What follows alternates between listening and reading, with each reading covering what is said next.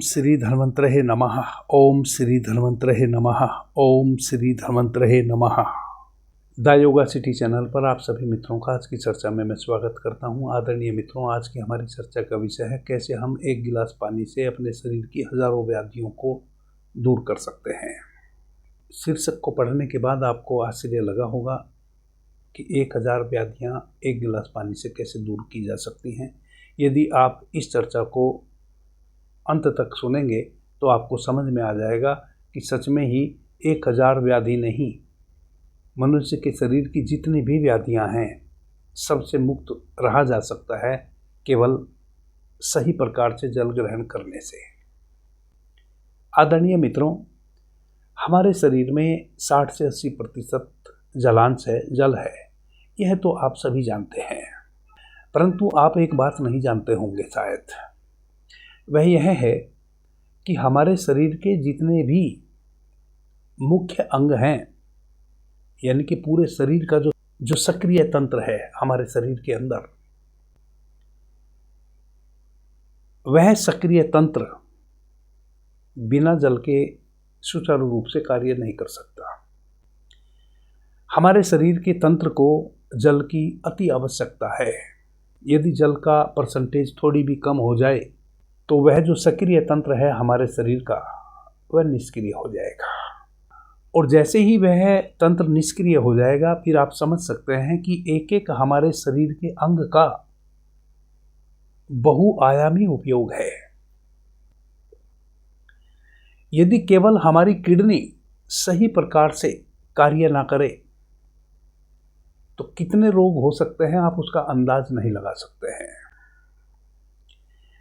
अक्सर लोग सोचते हैं कि किडनी यदि सही से काम ना करेगी तो किडनी खराब फेल हो जाएगी या किडनी में पत्थर हो जाएगा, पथरी हो जाएगी। नहीं, एक किडनी यदि अपना काम सुचारू रूप से ना करे तो आप हजारों व्याधियों से ग्रस्त हो सकते हैं। रक्त दोष के कारण आप अंदाज लगाएं हमारे शरीर में कितनी व्याधि हो सकती हैं। हमारी किडनी फेलियर से लेके हमारे हार्ट के फेलियर तक, और हमारे शरीर में की खुसरी, दाद और तिनाए हो जाते हैं, उनको भी जन्म देने का कारण आपकी किडनी यदि सही प्रकार से काम ना करे तो उनको जन्म दे सकती है।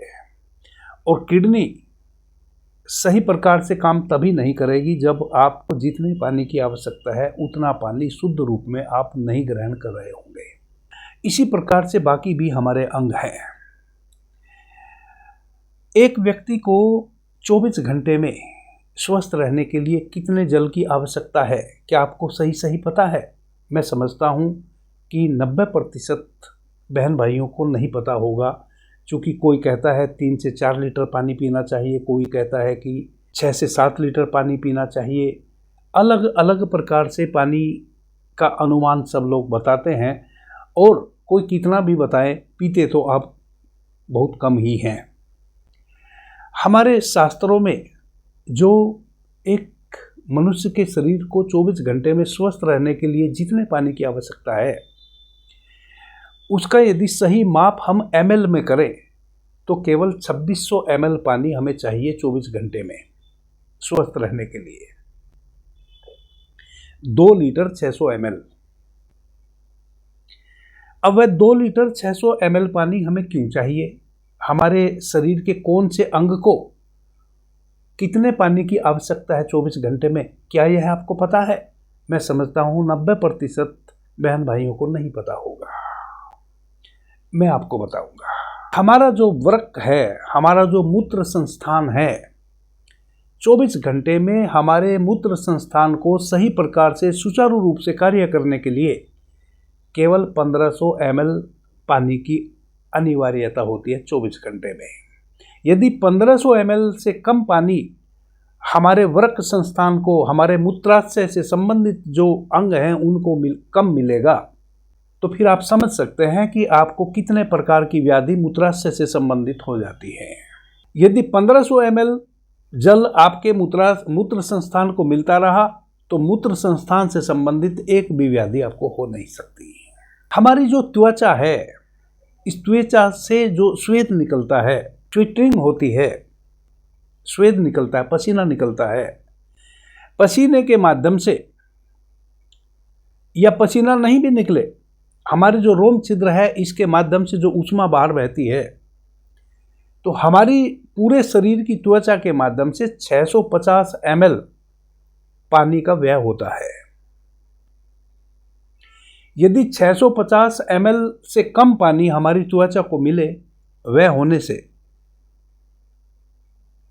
तो त्वचा से संबंधित नाना प्रकार के रोग आपको हो सकते हैं। प्रकार के चर्म रोग होते हैं, फोड़ा, फुसरी, दाद, दिनाएं, सूखी खुजली, गीली खुजली, विचर्चिका, कम से कम 200 प्रकार के हमारे त्वचा के रोग होते हैं। यदि 650 ml पानी हमारी त्वचा को मिलता रहे तो उन 200 प्रकार की व्याधियों से हम मुक्त हो सकते हैं, या वह व्याधि होने से ही हम रोक सकते हैं। हमारा जो फुफ्फुस है, हमारा जो फेफड़ा है, लंग्स है, इस लंग्स को 24 घंटे में 320 ml पानी चाहिए, केवल 320 ml। वह 320 ml पानी यदि आपके लंग्स को नहीं मिलेगा तो आपके लंग्स में से जो गंदगी बाहर बहती रहती है, आपका लंग्स से जो वाष्प बाहर बहती रहती है, उस वाष्प के साथ जो गंदगी बाहर निकलती है वह गंदगी बाहर नहीं निकलेगी और आपको सैकड़ों प्रकार के लंग्स से संबंधित व्याधि घेर लेंगी। और चूंकि लंग्स केवल लंग्स में व्याधि घेर लेगी उतना ही नहीं, यदि लंग्स सुचारू रूप से कार्य ना करे तो जो आप प्रत्येक श्वास के साथ ऑक्सीजन लेते हैं, लंग्स का कार्य है आपके ब्लड को शुद्ध ऑक्सीजन प्रदान करना और पूरे ब्लड में से कार्बन डाइऑक्साइड को ग्रहण करके उसको बाहर जाती हुई श्वास के माध्यम से आउट करना शरीर से। यदि आपके लंग्स को 320 ml जल 24 घंटे में ना मिले तो वह इन सारी प्रक्रियाओं को करने में शिथिल हो जाएगा। और फिर आप जानते हैं कि यदि आपके ब्लड को सही ऑक्सीजन ना मिले या आपके रक्त में जो कार्बन डाइऑक्साइड है वह बाहर ना निकले प्रत्येक श्वास के माध्यम से, श्वास के रेचक के माध्यम से, तो कितने प्रकार की व्याधि आपके शरीर में आ सकती हैं इसका आपको खूब पता है।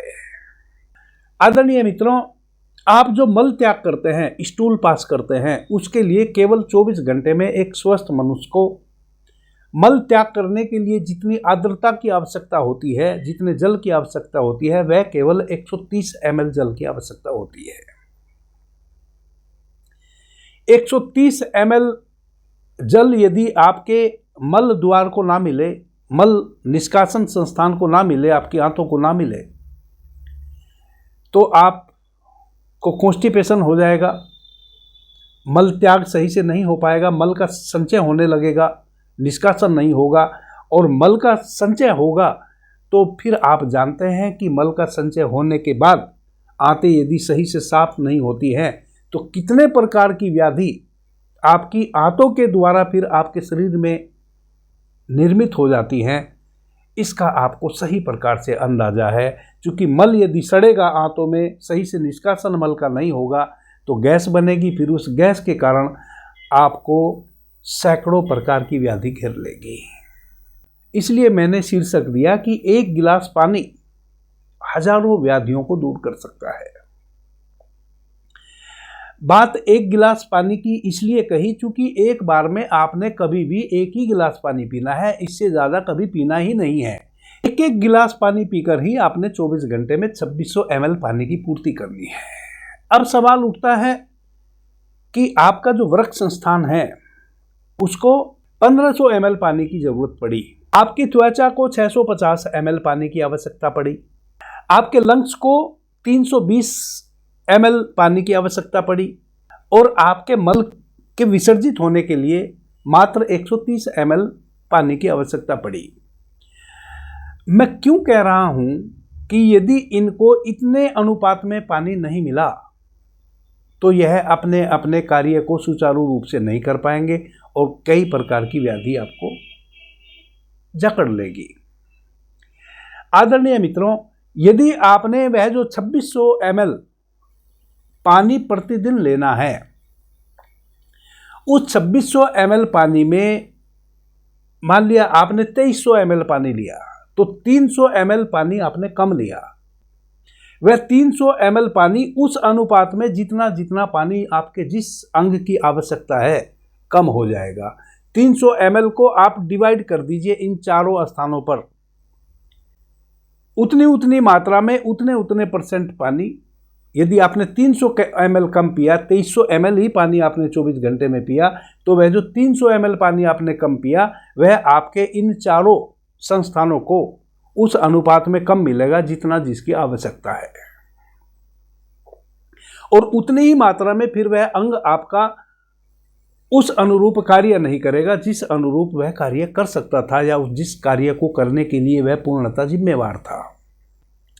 यदि आपने उससे भी अधिक कम पानी पिया, 2600 ml के बजाय आपने केवल 2000 ml पानी ही पिया, यानी कि केवल 2 ही लीटर पानी पिया 24 घंटे में, तो और अधिक घातक स्थिति बन जाएगी प्रत्येक अंग की। और इससे भी कम पिया तब उससे भी ज़्यादा घातक स्थिति बन जाएगी आपके इन अंगों की। अब कई बार लोग दलील देने लगते हैं कि पानी तो हम जूस के माध्यम से भी लेते हैं, मट्ठा, छाछ इत्यादि के माध्यम से भी लेते हैं, दूध वगैरह पीते हैं तो उसके माध्यम से भी पानी लेते हैं। नहीं, उस पानी से अलग वह जो दूध आप लेते हैं उसको आप इस पानी में काउंट नहीं करेंगे। हालांकि उसमें भी अधिकांश हिस्सा जल का ही है, परंतु दूध आप ले रहे हैं तो वह तृषा मिटाने के लिए नहीं ले रहे हैं। वह आप शरीर की दूसरी, आपके भीतर एक दूसरे प्रकार की डिमांड उठी, उसके लिए आप दुग्धपान कर रहे हैं। 2600 ml पानी आपके शरीर की तृषा मिटाने के लिए है। इतना पानी आपने, आप दूध लेते हैं, मट्ठा लेते हैं, कुछ भी लेते हैं, इसके अतिरिक्त इतना जल आपने 24 घंटे में लेना ही लेना है। क्योंकि यह जो 2600 ml जल है यह आपकी तृषा मिटाने के लिए है, प्यास बुझाने के लिए है, आत्सकता को बुझाने के लिए है। यह आपके शरीर की अनिवार्य आवश्यकता है। यह जो मैंने शीर्षक दिया कि 1 गिलास पानी से आप हजारों व्याधियों को दूर कर सकते हैं, इसका मतलब यह था क्योंकि एक बार में कभी भी आपने 1 गिलास से अधिक पानी नहीं पीना है। कभी भी 300 ml पानी ही एक बार में लेना है, और 300 ml पानी 24 घंटे में लेते रहने पर आपने 2600 ml पानी पी लेना है। एक नॉर्मल गिलास जो घर में होता है वह लगभग 300 ml का होता है, तो लगभग आपने 24 घंटे में 9 गिलास पानी पीना है। 24 घंटे में 9 गिलास पानी पीना बहुत अधिक नहीं है, आप आराम से पी सकते हैं। 24 घंटे में यदि आप 9 गिलास पानी पिएंगे तो 2600 ml पानी की आपकी पूर्ति हो जाएगी। तो 2 गिलास तो कम से कम उठते ही पानी पीना चाहिए सभी बहन भाइयों को स्वस्थ रहने के लिए। सुबह आप निद्रा से जगते हैं, निद्रा से जगने के बाद हमेशा ध्यान रखें कि जब आप निद्रा से जगते हैं उस समय आपके शरीर का टेम्परेचर लो होता है। कोई भी व्यक्ति हो, जैसे ही आप निद्रा से जगेंगे आपके शरीर का टेम्परेचर लो होगा, तो आपको उस समय थोड़ी देर अपने शरीर को सहलाना चाहिए।